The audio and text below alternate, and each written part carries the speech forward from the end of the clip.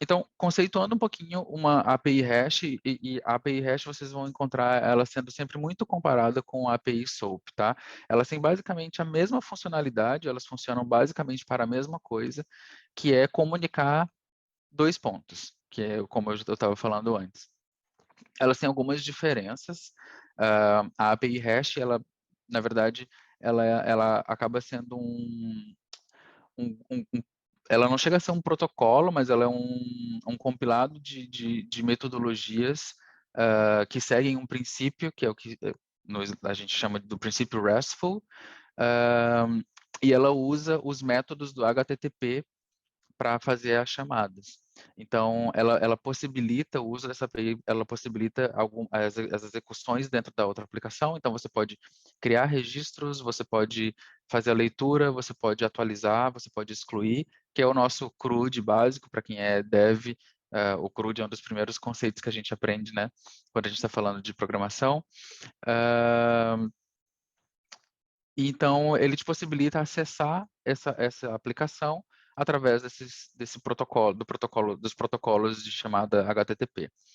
A API Hash ela aceita tanto XML quanto JSON e alguns outros formatos também de mensagem.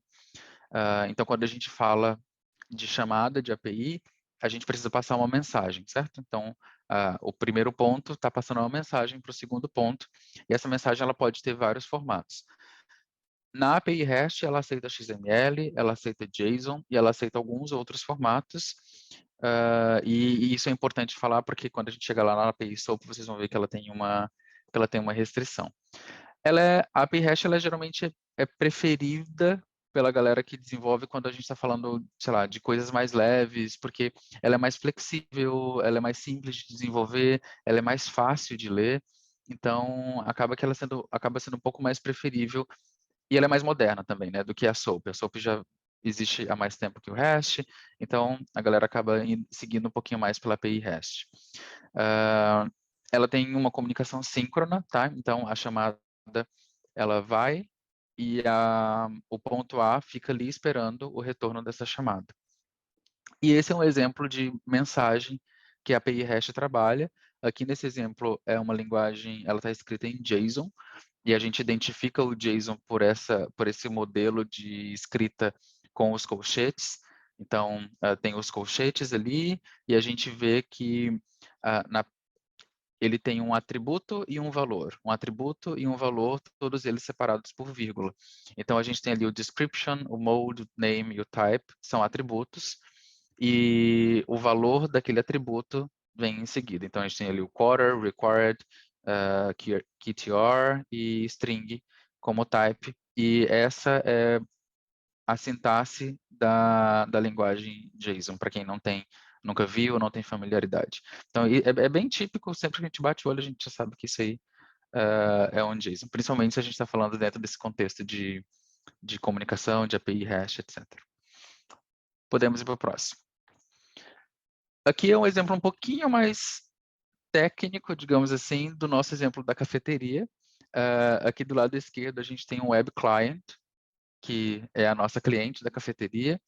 Ele usa aqui no caso, ele exemplifica 3 métodos, o post, o put e o get, mas existem outros métodos. Esses métodos, eles são métodos do HTTP, do protocolo HTTP. Então, existem outros, como o patch, por exemplo, que a gente usa dentro da Salesforce. Mas esses são os mais básicos, assim, são os principais. Então, o Web Client ele vai usar um desses 3 métodos, passando um request, que vai carregar uma mensagem para a REST API. A REST API vai direcionar essa mensagem para a Salesforce, que é a nossa aplicação, né, de destino, e a Salesforce vai processar. Então, ela tem um processor para cada tipo de request, para cada tipo de request, né, para cada método enviado.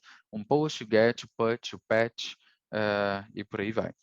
Ela vai então processar essa mensagem, devolve para a REST API, que vai trazer a resposta de volta para o nosso client, que aqui no caso é uma aplicação web, né? Um web client.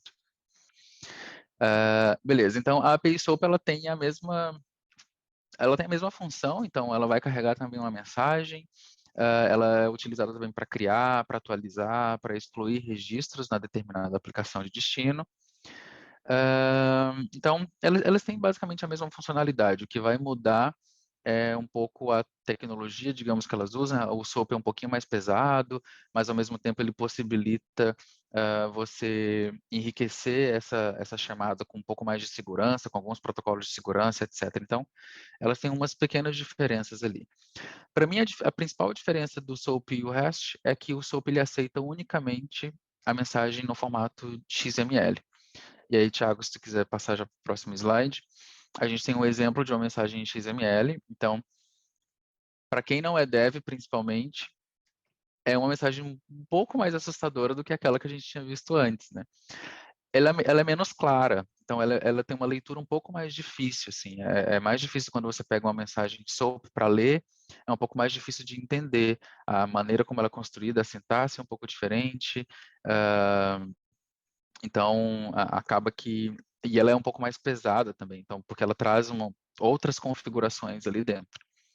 Ô, Então, Thomas, só te interrompendo um pouco, é bom pode frisar entrar. que hoje as aplicações estão, a maioria, escolhendo por REST em vez de SOAP, porque a SOAP ela é mais pesada, até o processamento, os arquivos dela são mais pesados.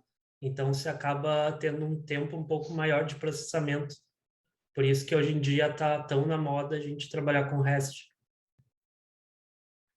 Exato, exato. Eu acho que esse é um dos principais motivos, assim, que fazem as pessoas optarem pelo REST, pela capacidade, né, de processamento ser muito mais fácil, ele é muito mais leve do que o SOAP. Mas digamos que os dois atendem, né, o mesmo objetivo. Isso vai depender muito para que a aplicação serve, da capacidade de processamento que a tua aplicação tem e por aí vai. Mas, quase como via de regra, o que exigir menos processamento é o que a gente vai estar escolhendo. Podemos ir para o próximo. Aqui eu vou falar rapidinho sobre uma outra opção que a Salesforce oferece, que é a API em massa, que é a Bulk API. A gente entra em mais detalhes nela ah, no nosso próximo evento. Mas, basicamente, a API em massa é uma API que a Salesforce expõe. Ela usa o protocolo REST, então ela é baseada em REST, mas ela é criada especificamente para executar um grande volume de dados, tá? Então, enquanto o REST ele vai ser focado em executar poucos dados, essa API em massa ela foi criada para que a gente possa executar atualizações em massa. Então, tu quer criar arquivos, registros em massa, quer deletar para na casa tipo de milhares, milhões de registros, enquanto no REST comum a gente está falando ali, sei lá, de um registro, 5 registros, 10, dezenas no máximo. A API em massa ela é feita justamente para trabalhar com um grande volume de dados. E aí, para isso, o tipo de comunicação dela não é uma comunicação síncrona, né? E aí aqui eu vou tentar falar bem rapidinho sobre a diferença entre o síncrono e o assíncrono. Quando a gente está falando de uma comunicação síncrona, isso significa que o cliente, quem solicitou a mensagem, quem fez o request, ele vai ficar ali parado esperando a resposta. Então, se a gente está numa página web, por exemplo, e você clica em alguma coisa e aquela chamada, aquele serviço, ele é um serviço síncrono, aquela página ela vai ficar ali naquele estado até ele receber a resposta. Ali, ele não faz mais nada. O processamento do sistema para até que a resposta chegue. Geralmente, quando são coisas muito rápidas, a gente não percebe, a gente, usuário final. Mas se é alguma coisa mais demorada, a gente já começa a perceber. Quando a comunicação ela é assíncrona, o sistema ele não para enquanto ele espera essa resposta. E isso geralmente acontece, a gente opta por comunicações, por chamadas assíncronas, quando a gente sabe que essa chamada ela vai demorar um pouco mais e a gente não quer deixar o cliente esperando. Então a gente libera o cliente para fazer o que ele quiser fazer, e aí quando a resposta estiver pronta, o cliente vai lá e processa essa resposta. Isso em poucas palavras, a definição do que é uma comunicação assíncrona. Então, para uma API em massa, a gente não tem como fazer ela síncrona, né? Porque imagina, o sistema está lá processando milhões de dados, milhões de registros, uma carga de dados muito alta, então, com certeza, isso vai demorar. Então, a gente não pode deixar o cliente que fez a requisição esperando todo esse processamento acabar. Então, a gente libera ele e faz isso de uma maneira assíncrona. A nossa proposta hoje é a gente criar um projeto, conectar via o VS Code. Nós vamos simular uma API REST com um GET e um método POST. Então, nós vamos fazer junto e consumir juntos isso através de uma extensão do Chrome que se chama Arc, tá? Eu vou fazer devagar.